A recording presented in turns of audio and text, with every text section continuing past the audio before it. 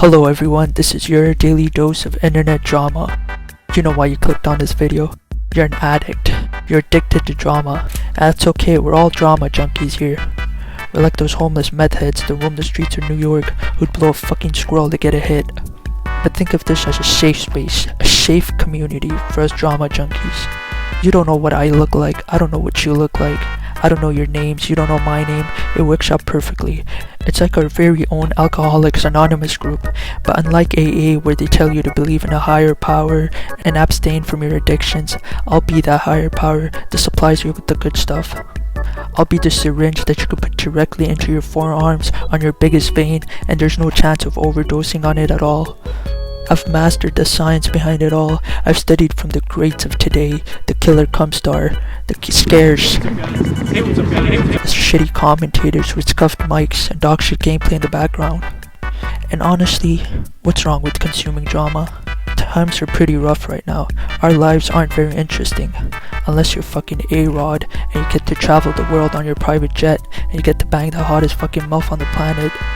Fuck you, A-Rod, you cocksucker. As for me, the best thing to have happened to me in the past few months is I was finally able to find the full porn video to a clip I saw back in high school. I've been looking for this video for over 10 years now, and I just spent the whole fucking day busting my nuts to it.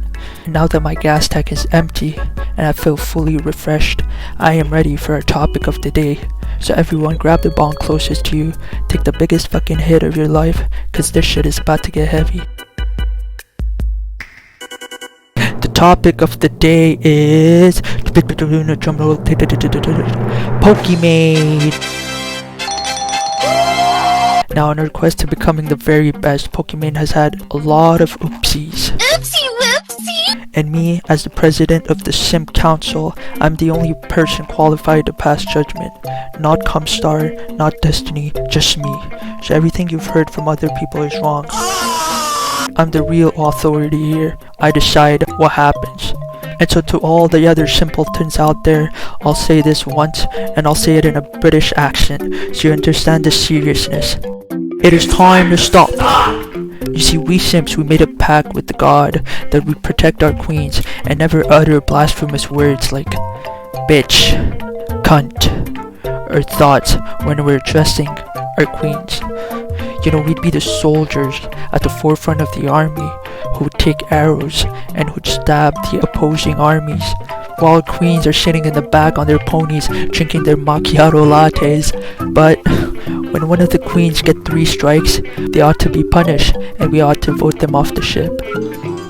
You know what happens if we don't do this? The simp god himself comes down to earth, makes a pretzel out of our legs, and makes us suck our own dicks for eternity. And this is very hard for me to do. It is with a heavy heart. Oh god, I can't do this. I've supported Poki through it all. You know, my fondest memories of her are when she would show her feet on camera. Or get up from her seat like a normal fucking person and wouldn't do a fucking moonwalk. This is too hard for me, lads. I need a moment. This is too hard for me. This is too hard for me.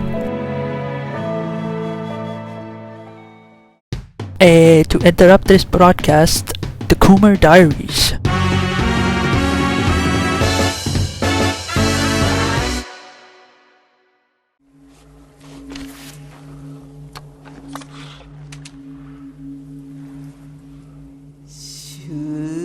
Addison Ray, would you be my Addison Bay?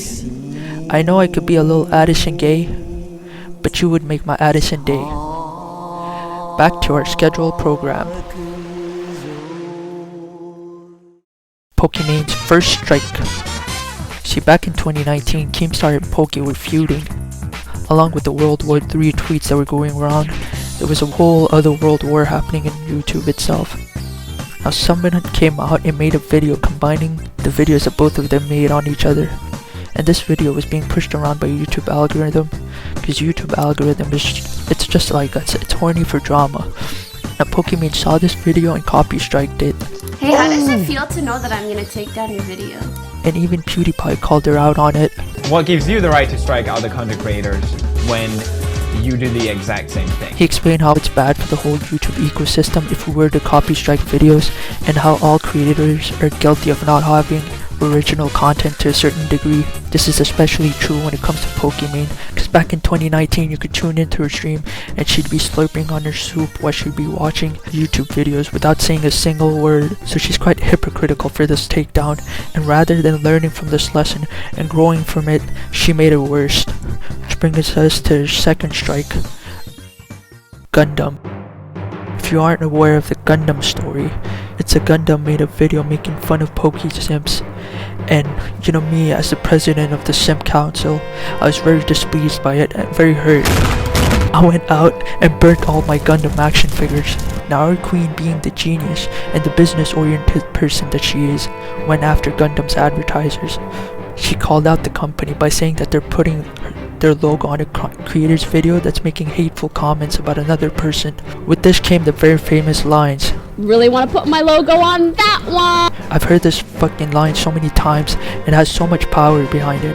I'm sure it could cure a terminally ill brain cancer patient of their tumor if they were to hear this. See, this autistic screech has been haunting my dreams, and the simp community has been divided since. But this isn't even one of her bigger oopsies. Strike 3. Leak documents. Now if you're living under a rock, back in June, OTV, fully known as Offline TV, were in the news. You see, Yvonne, one of the Offline TV members, came out with sexual misconduct allegations against Fedmeister. Now these were some pretty serious allegations, so everyone on OTV came out with their own takes, especially Poki. Poki just blasted Fedmeister. She picked the biggest dildo out of Belle Delphine's collection and shoved the whole thing inside of Fedmeister. You know, I'm surprised he was able to take this picture and do this hike without any kind of rectal surgery.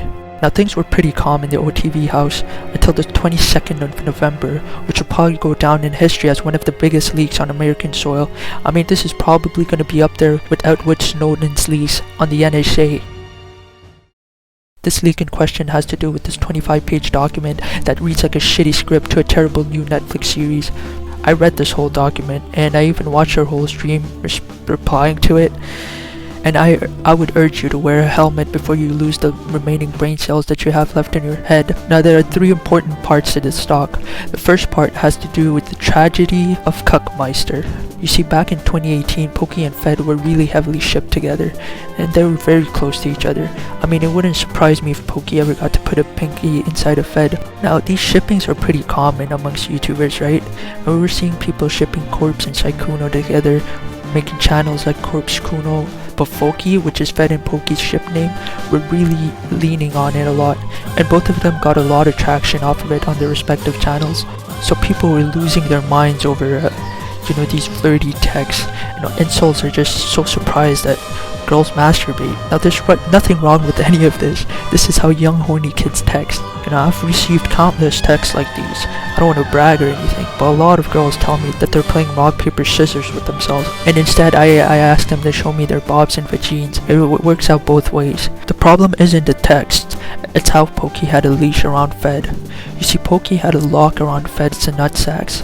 Cuckmeister would be playing Pokemon in his room, thinking about Pokimane, and she'd be sucking another dude's Rayquaza next door. See, Cuckmeister was getting played, and it seems like he genuinely really liked Poki from these texts, and she was just leading him on, using him whenever she needed to. Now this, to me, from these documents, seems like she was a very shitty person and just using people.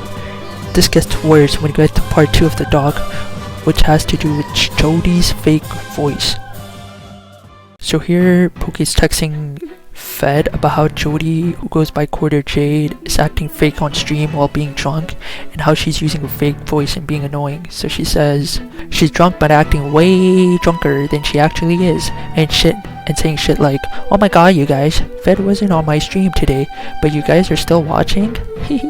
That means so much to me, Ruffle. I don't know, it sounds so fakey." She's using like this baby voice. Now it seems to me like Jody and Poki were friends, so if she's talking shit about her friend behind their back, what does she think about other streamers, heck, her viewers, when the cameras are off? Are we tier 3 Sims just $signs to her? Also, it's funny that Poki's making fun of other people's voices when she has the most annoying voice I've ever heard. It's so hard for me to sit through her stream. It's a trade-off between bleeding from my ass from all the cringe that I have to go through, and the only reward I get is when I see her get up from her chair. You know, Poki reminds me of one of those mean girls who in person act like they love each other. They're like, "Hey girl, where'd you get your nails done?" And then the girl's like, "Yeah, you know, thank you, I got them done from the Vietnamese lady down the street." Then behind their backs they'll say shit like, "Oh, fuck that bitch, Jody cunt. What a fake ass bitch." You know, whereas me, I keep it real. You know how I do it. If there's a guy I don't like and he pulls up to me, I'll be like, "Yo dog, stay the fuck away from me, okay? You're a piece of shit." And he'll be like, "Hey man, no worries. I'll be a piece of shit in this corner of the room." You know, it's a matter of respect. Showing respect to others and telling them how it is. But it seems like this isn't the only time Poki's backstabbed a friend. Which brings us to the most important part of this whole document. The Yvonne leaks. Cuckmeister should make a shrine for the person who's leaked this document and suck on their toes for the rest of his life, because this part of the doc saves his image somewhat and people won't look at him as the Harvey Weinstein of Twitch. You see, back in June when all the OTV members came out with their statement, Poki said that Fed wanted to push Yvonne out of the house. But these DMs are painting another picture. These DMs show that Poki wanted Yvonne out of the house as well, because she started her own YouTube channel, Twitch, and was getting brand deals. You know, stuff like, question, Yvonne wants to move out, still manage OTV and still stream in League? I don't get that. Best of all worlds wasn't an option. So it seems like from these texts that Poki wanted Yvonne to focus solely on OTV content. Poki wanted Yvonne by the balls the same way how she had Fedmeister by the balls. But since Yvonne was a girl, she was in a bit of predicament. She didn't have any nuts. You know, Yvonne proved to be a challenging foe for Poki. And it seems like once Yvonne came out with the allegations, Poki came out and used those allegations to add other lies about Fedmeister for things he hasn't even done. This whole document painted a different picture of our queen. It shows the backstabbing assassin, the petty Poki, and the hypocritical Harold. I'm just so disappointed. Which brings us to the businesswoman that is Pokimane. See, Shark Tank has been looking to replace Barbara Corcoran for a while now, since nobody fucking likes her. Even the entrepreneurs that get matched with her never look happy about it. They've been trying to get the biggest and the brightest businesswoman on the planet and trying to recruit Pokimane. You know, the one who goes after people's advertisers, notorious for copy striking unfairly and making shady deals in back alleys. You see, Cuckmeister said that Poki and him talked offline when he wrote this document, and Poki pulled the biggest business maneuver that even the likes of Mark Cuban and Warren Buffett had never seen. She told him to not publish this document and she'll say good things about him when he comes back. What the fuck is that supposed to mean? So whenever Cuckmeister gets back from the dead, Poki will step forth as a messiah and remind us the good he's done for the community. It sounds to me that Poki really didn't want this out there, and Fed should be stroking his leaker's dick right now, because this paints a really different picture of him. Sure, you know, this friend may have broken your trust, but this document is more than that. It's like a fucking suicide bomb that even ISIS couldn't have manufactured. Fed should have been like, if I'm going down, then bitch, you're coming with me. Now, as I'm recording this, Poki just came out with her own fucking long-ass lab report. You know, at this rate, I wouldn't be surprised if they start making diss tracks about each other. Apparently, 0% of the people who watch me or subscribe. What the heck is going on here? What are you guys waiting for? Subscribe, ring the bell, and like the video so I can make money. I'm trying to buy the new Pokemon set that just came out, Vivid Voltage. I'm trying to get the fat gay Pikachu. So if you don't subscribe, then you're homophobic and you're gonna go to hell, where the devil's gonna spread your ass cheeks and shove his heated trident into your asshole.